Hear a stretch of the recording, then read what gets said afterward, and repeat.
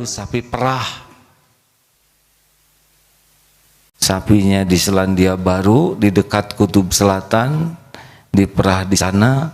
Tapi itu rezeki beragam hamba Allah di seluruh dunia. Diperah, diproses, jadikan susu, terbang menuju ke pemilik rezekinya masing-masing. Ada yang di Amerika, di Inggris, di Cina, ada yang di Indonesia.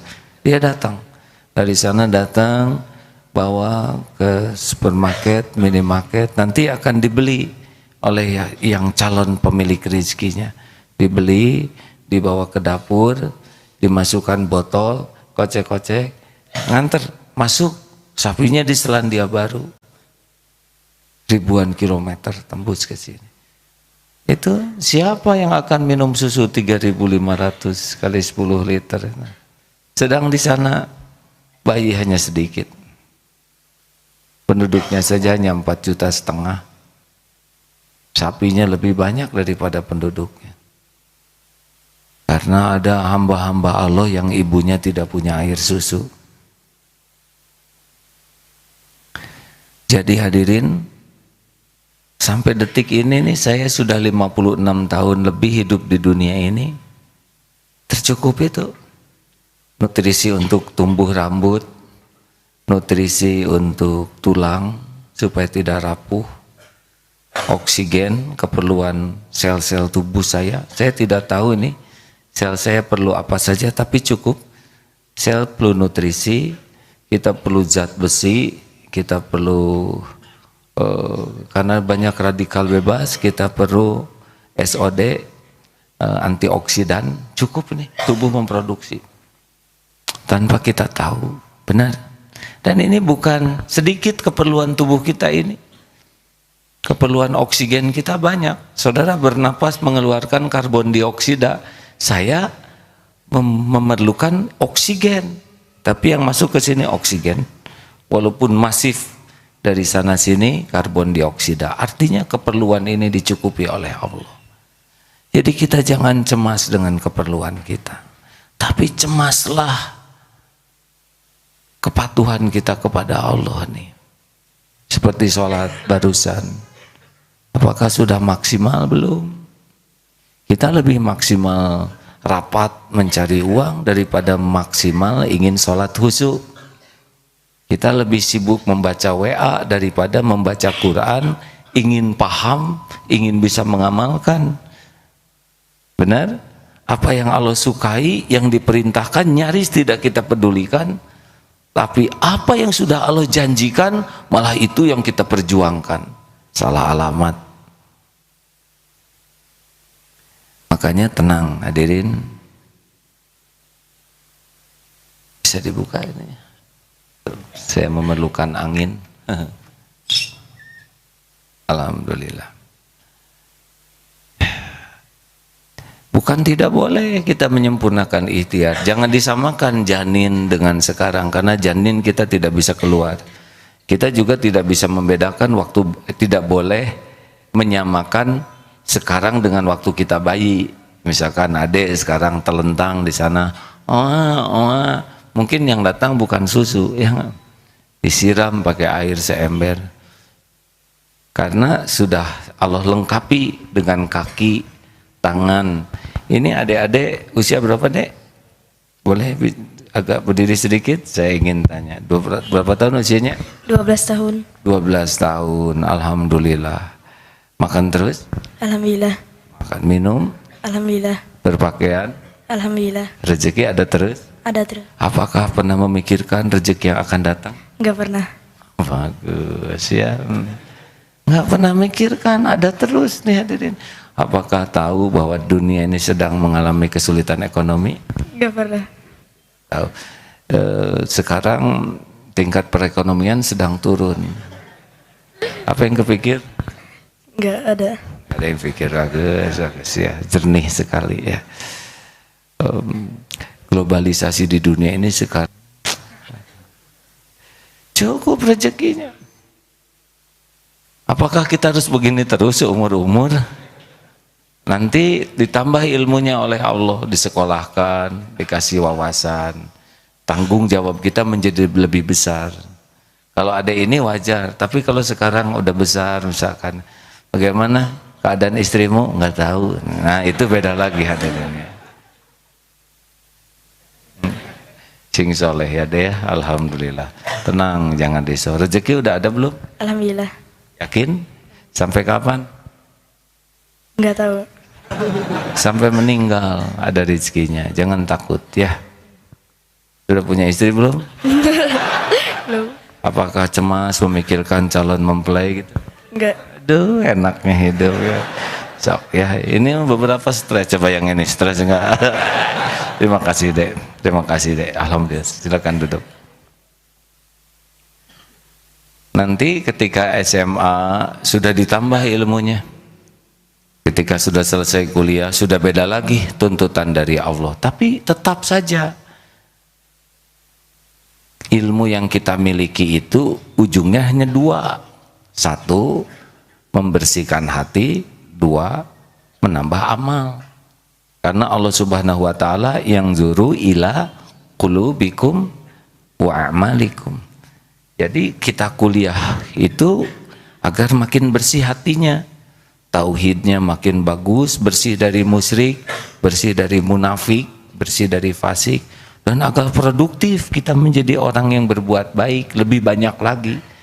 Kan prinsipnya kita bertambah ilmu, sekolah, kuliah tuh supaya tambah produktif kebaikan kita. Khairun nas anfa'uhum linnas. Sedangkan apa yang akan kita dapatkan tidak usah risau. Karena itu sudah ada dalam janji Allah. La in syakartum la azidannakum. Syukur saja, nanti janji Allah datang. Takwa saja, wa may yattaqillah yaj'al lahu makhrajan. Nanti ada jalan keluar. Sing yakin ke Allah, wa may yatawakkal 'ala Allah fahuwa hasbuh. Makin yakin, makin terjamin. Jadi apa yang Allah janjikan itu udah nggak usah kita ragukan, tinggal apa yang Allah perintahkan. Lebih sederhana, bukan?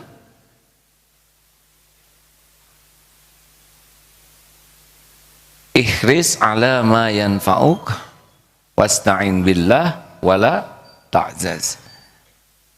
Bersungguh-sungguhlah dengan apa yang manfaat bagimu dan mintalah tolong kepada Allah dan jangan lemah. Jadi kita harus sungguh-sungguh. Tapi minta tolong ke Allah karena tidak akan terjadi kecuali dengan izin Allah semata. Udah, jangan risau masalah jodoh, ya. Dek, bagaimana? Tenang, ya. Pertama, belum tentu panjang umur kita, Dek. Mending patuh saja. Ingin jodoh terbaik, jadi aja lelaki terbaik, ya. Allah kan tahu. Akhwat, jangan cemas masalah jodoh, tidak cemas juga belum ada jodohnya. Lebih baik cemaslah, tidak serius kepada Allah. Aduh, saya ngomong gini sambil hati itu gelisah karena mudah bicara itu ya, tapi untuk mempraktekannya perlu lebih gigih dibanding dengan bicara. Silakan. Al-Ankabut ayat 60, Toha 132. A'udzu billahi minasy syaithanir rajim. Wa ka'ayyim min dabbatin la tahmilu rizqaha Allahu yarzuquha. لا تحمل رزقها الله يرزقها وإياكم وهو السميع العليم. Beberapa banyak binatang yang melata yang tidak sanggup membawa rezekinya atau makanan kebutuhannya. Allah yang menjamin rezekinya juga terhadap kamu. وَأْمُرْ أَهْلَكَ بِالصَّلَاةِ وَاصْطَبِرْ عَلَيْهَا لَا نَسْأَلُكَ رِزْقًا نَحْنُ نَرْزُقُكَ وَالْعَاقِبَةُ لِلتَّقْوَى. Perintahkan kepada keluargamu supaya sembahyang dan sabarlah dalam melaksanakannya. Kami Allah tidak menuntut kamu supaya mencari rezeki. Kami Allah yang menjamin rezekimu dan akibat kemenangan yang terakhir bagi orang yang bertakwa.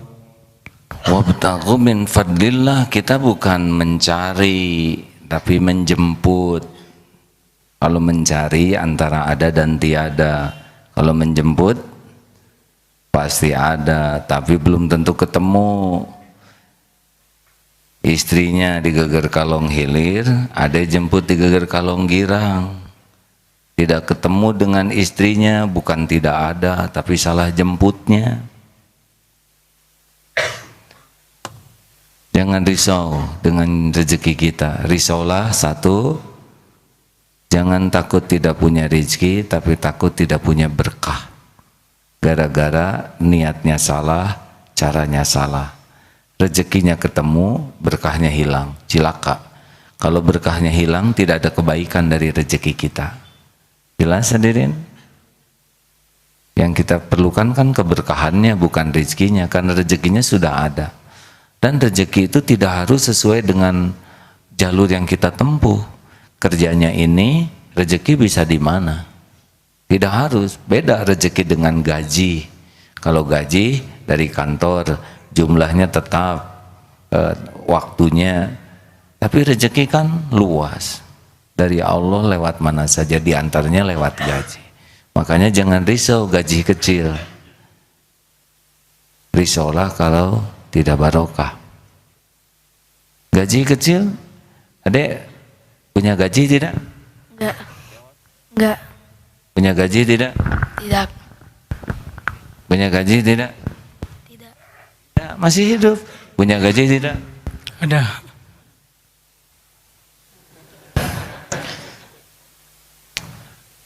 Banyak yang tidak jelas gajinya, tidak jelas tabungannya, hidupnya terus beranak, karena Allah yang ngasih. Yang kita cari itu keberkahan. Nanti dari mana saja, dan tidak harus wujud dalam bentuk uang. Kita mau beli, tiba-tiba ada yang membayarkan, itu Allah yang bayarkan. Lewat siapa? Kita mau ke dokter, kata dokter, nggak usah bayar, hari ini memang saya ingin menggratiskan. Kenapa kena dokter itu? Allah. Kita sakit gigi, ada yang nyabut kemana-mana bawa tang, sini, nah itu beda urusan.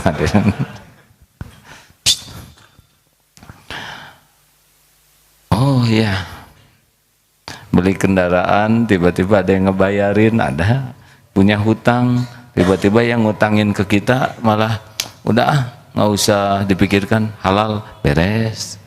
Jadi tidak harus bentuknya sesuai dengan keinginan. Tiba-tiba anak dimudahkan urusan, dapat beasiswa, itu sama, hadirin. Jadi jangan ngatur Allah lah tentang rezeki mah, lempeng saja. Betulan hadirin. Ini maaf sekali ya, di antara yang hadir ini mungkin keperluan bulanan saya lebih besar daripada siapapun. Alhamdulillah dititipi anak 11. Kalah kan semua? Ada bagaimana? Belum kan? Cucu 8. Bisa dibayangkan hadirin, keluarga 2, Bandung, Jakarta. Untuk biaya dakwah juga besar sekali ya. Dan saya tidak tahu tuh dari mana rezekinya. Ngalir saja. Betul hadirin, ini mungkin takdir saya seperti ini dengan beban kehidupan sebesar ini ya, mungkin untuk membuktikan bahwa asli tuh saya tidak capek mikirin apa yang bakal saya dapatkan. Sibuk saja sekuat tenaga, patuh sekuat sebisanya dengan apa yang Allah perintahkan, walaupun jatuh bangun. Itu cukup. Saya belajar dari kuda. Kuda itu gak bisa keluar dari kandang kecuali dikeluarin. Suatu saat kemarau, berat, rumput di sekitar eko pesantren kering. Waduh, kami yang berpikir keras, kuda cuman ngangguk-ngangguk aja, ngarit gitu ada. betul-betul berat tuh 2 tahun yang lalu. Takdirnya diundang ikut Dirgantara, pameran Dirgantara di Hussein, Lanut Hussein. Melihat kuda di sana, kata pimpinan di sana, silakan saja kalau perlu rumput. Saudara tahu kan lapangan terbang? Rumput pungkul hadirin. Masya Allah. Diberi izin motong rumput di sana, cukup kuda. Yang lebih dramatis lagi sapi.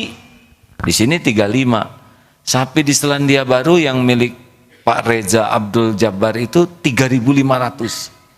Sedangkan rumput tumbuh hanya di musim panas. Musim dingin tidak tumbuh. Apa yang terjadi? Punya tanah 950 hektar dan itu harus dibagi-bagi. Mana yang untuk rumput, mana untuk jagung, mana untuk berbagai tumbuhan lainnya. Untuk apa? Karena pada waktu musim dingin rumput tidak tumbuh, ada jagung, ada salada dan berbagai. Maha suci Allah. Sapi mah nggak banyak mikir. Saya lihat bagaimana supaya rumput tumbuh, helikopter terbang ngasih pupuk. Datang traktor, Masya Allah, demi sapi. Oh asli nih hadirin. Ya Allah, sapi musim dingin harus makan enak. Petani itu nanam ya. Jadi jangan risaulah. Gajah tidak sekolah segitu gemuknya. Ikan paus sehari perlu 3,5 ton hadirin makanannya. Dibuat oleh Allah mulutnya lebar. Sebab kalau mulutnya kecil, bisa kram itu. Kenapa paus manyun kram? Coba kalau mulut paus kecil ngegayam semua, bisa rontok nih. Masuk. Ikan-ikan kecil ngumpulnya karena ada plankton. Makhluk-makhluk kecil ngumpul makan itu. Dan planktonnya itu tertarik kepada pipisnya paus. Jadi muter. Paus pipis dimakan plankton. Plankton dimakan ikan kecil dimakan paus. Artinya paus makan ya kencingnya sendiri. Atau kencing di laut mau berapa liter ada. Diatur semuanya. Cecak makanannya nyamuk. Nyamuk punya sayap, cecak tidak punya sayap. Harusnya kan stres, benar? Bingung. Ini teh Allah teh gimana? Makanan kami terbang semua. Faktanya tetap nyamuk yang nyamperin. Sebab kalau cecak harus nyari nyamuk, kapan makannya? Turun ke injak, jalan ke sana kesedot vakum cleaner. Turun ke nyebrang ke lindas. Ya, kapan makannya ya Allah? Mau ke selokan dipatuk ayam. Beres. Ini benar hadirin ya. Jadi saya itu ingin sekali kita tuh jelas bahwa kita kerja itu adalah ibadah, bukan nyari uang. Anak-anak saya udah ada rezekinya masing-masing. Dan itu bukan ciptaan saya. Masya Allah. Kalau ini udah yakin, tenang adanya, kita cari keberkahannya. Kalau udah dikasih, syukur. Kalau sedang ditahan, sabar. Kalau diambil, ridho. Lihat yang lain, tidak boleh iri. Begitu. Lihat yang kaya, jangan kagum. Itu juga milik Allah. Lihat yang miskin, jangan merendahkan. Lihat di SMM, di Super Mini Market Darut Tauhid yang belanjaannya banyak. Lama enggak tuh pemeriksaannya? Kan? Lama tidak? Bandingkan dengan yang beli permen satu, lama tidak? Nah itulah orang miskin ya. Polonyot hisabnya tuh. Model-model yang banyak kendaraan, banyak ini, lama tuh dihisabnya. Termasuk yang banyak istri, lama itu. Saya lebih lama daripada Ustadz Mulyadi. Tapi Ustadz Arifin Ilham lebih lama lagi yang semuanya dihisab. Miskin di dunia sebentar ya nggak apa-apalah. Yang penting ikhtiar, betul? Dan nggak mungkin semuanya kaya. Ringan hisabnya. Pernah dengar ibu-ibu yang rumahnya sederhana di Perumnas? Mah, ibu, kamu malu nggak rumah kita paling sederhana di komplek ini? Nggak dibangun, masih asli. Alhamdulillah Pak. Yang lain mah tidak punya rumah, kita punya rumah. Ya tapi paling sederhana. Alhamdulillah Pak. Enak rumah sederhana begini. Enak apa? Susah sombongnya. Apa yang mau disombongin? Enak rumah sederhana. Apa enaknya? Tidak ada yang iri sama rumah kita. Apa yang mau diiriin? Cuman ada bangku 2 yang enak rumah sederhana. Kenapa enak? Gampang ngurusnya. Ngepel juga tinggal set set set pakai kaki, muter-muter beres. Enak rumah sederhana Pak. Kenapa enak? Tidak diminatin maling. Rumah kita kan nggak ada kuncinya. Maling masuk juga, prihatin. Malah sedekah dia. Enak rumah sederhana Pak. Apa enaknya? Ringan hisabnya. Coba, gelas 2, piring 1, itu juga tinggal setengah. Orang yang miskin sederhana, ringan. Berapa lama sih di dunia ini, benar?